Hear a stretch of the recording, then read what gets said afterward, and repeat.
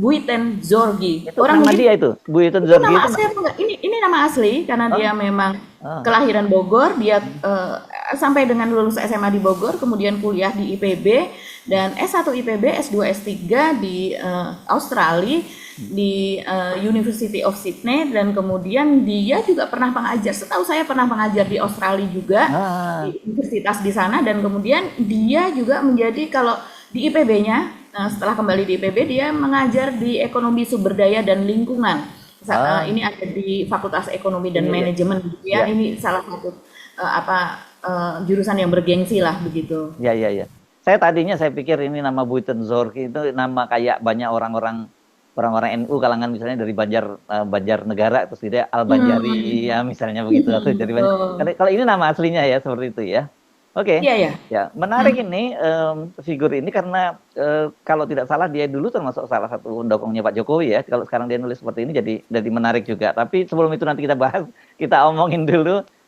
Saya belakangan ini juga banyak sekali mengamati terutama di X ya. Ini muncul banyak sekali akun-akun yang membela dari Gibran Rakabuming. Ini kelihatannya diaktifkan ya Betul. karena serangan dari Roy Suryo dan juga banyak netizen yang sangat gencar soal ijazahnya, soal jasa yang dimiliki oleh Gibran Rakabuming itu saya lihat gencar banget di Betul. media-media sosial, terutama X yang membela Gibran.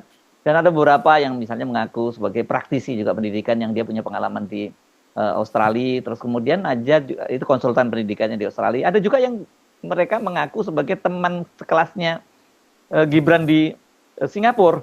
Jadi nggak main-main juga. Ini cukup serius wacana ini. Jadi sangat serius dan belakangan kita juga jadi bertanya-tanya karena Rismond kemarin kan juga sempat mendatangi Kementerian Mendikbud. ya Dikdasmen. Nah, sekarang namanya Dikdasmen. Dikdasmen, bukan Mendikbud lagi, udah dipecah Mbak Agi sekarang ini ya. Dan dia katanya dijanjikan baru beberapa hari yang akan datang ya pekan depan kalau nggak salah katanya dia akan dijawab bagaimana statusnya Gibran itu apakah dia betul-betul disetarakan dan itu sebagai tanda kelulusan atau hanya surat keterangan biasa saja karena kita juga punya sumber di Kemendikbud yang menyatakan itu sebenarnya nggak bisa jadi dasar untuk pendaftaran di KPU kan.